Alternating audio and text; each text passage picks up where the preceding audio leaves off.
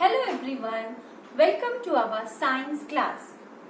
Today we learn about structure of human eye. Our sense of sight is dependent on our eyes. Our eyes or our eyeballs are fitted into the sockets which are present in our skull. Okay? Now our eyes are protected by two main things in the front portion, that is our eyelids and eyelashes. Before I make you learn about other parts, let us start with two main parts, that is eyelids and eyelashes. Eyelid is the portion which helps us to blink and sleep, which helps us to close our eyes. Eyelashes are those parts which play an important role in preventing the dust and germs from entering into our eyes. So whenever there is a dust flowing in the wind, our eyelashes and eyelids make our eyes get closed and protect them from the dust and germs and prevent them from entering into our eyes.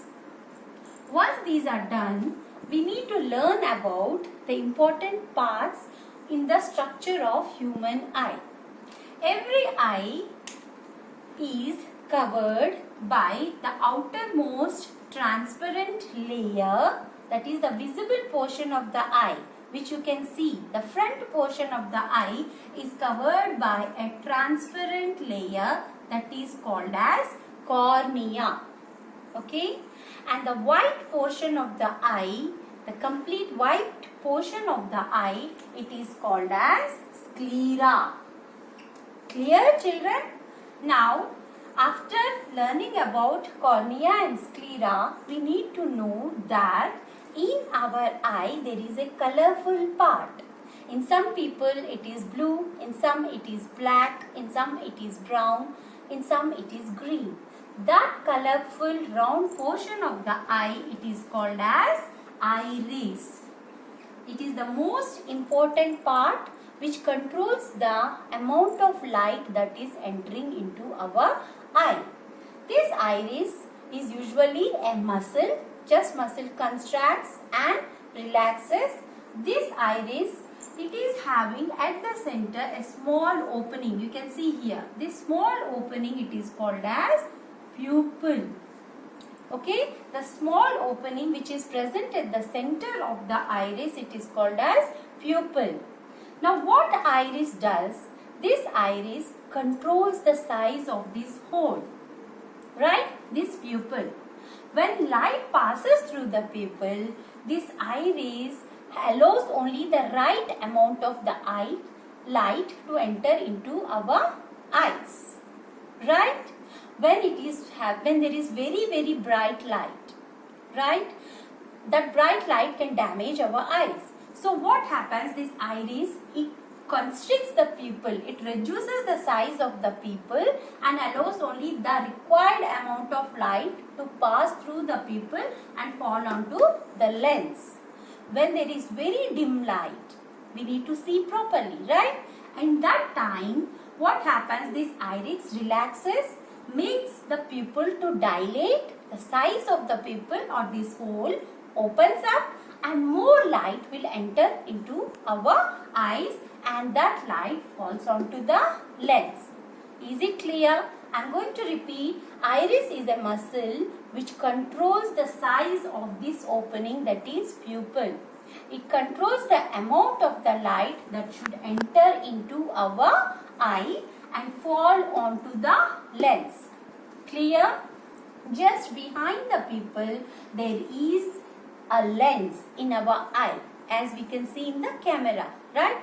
So this lens plays a very important role in making the image, and that image or the light which is focused, it falls onto one of the most important layers in our eye, that is called as retina. Retina is present at the back portion of the eye.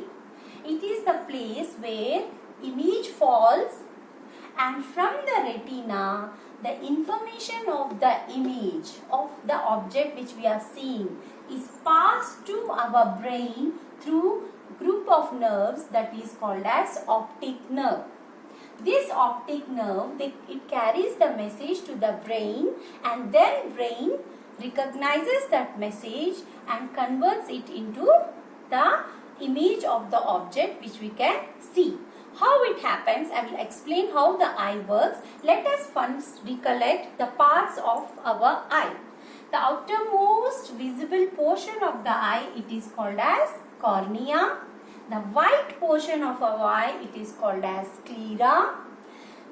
Every eye has a colorful blue, black, brown or green color portion, that is iris. Okay, it is the muscle which is controlling the size of this opening, which is called as pupil. Light passes through the cornea, through the pupil and falls onto the lens.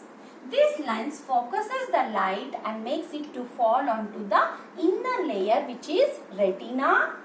From the retina, the information about the image is passed to the brain through the nerve called optic nerve. Now let me explain how eye works, how an image is recognized. Suppose this is a tree. When the light falls on this tree, it gets reflected and it falls onto our eyes. That reflected light will pass first through this layer, that is cornea. From the cornea, it will pass and fall onto the pupil. From the pupil, that light will enter and it will fall onto the lens. So this image, it falls and it will enter into our eye.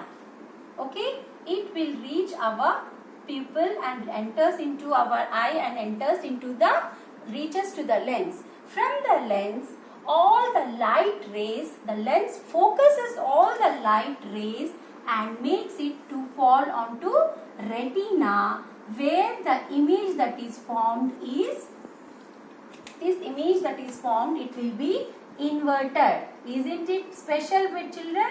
See, the image which our eyes recognizes, that image is inverted. Okay, now this image from the retina, it is carried to our brain. That image is carried to our brain. Okay, suppose this is our brain.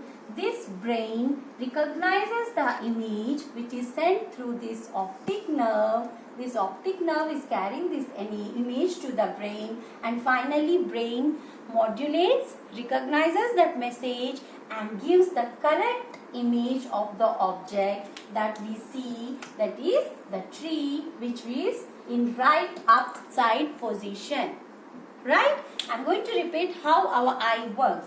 The image of the object, when the light falls onto any object, it gets reflected, it passes through the cornea, through the pupil and reaches to the lens. Lens focuses this light onto all the light rays onto the retina. On the retina, the image that is formed is inverted.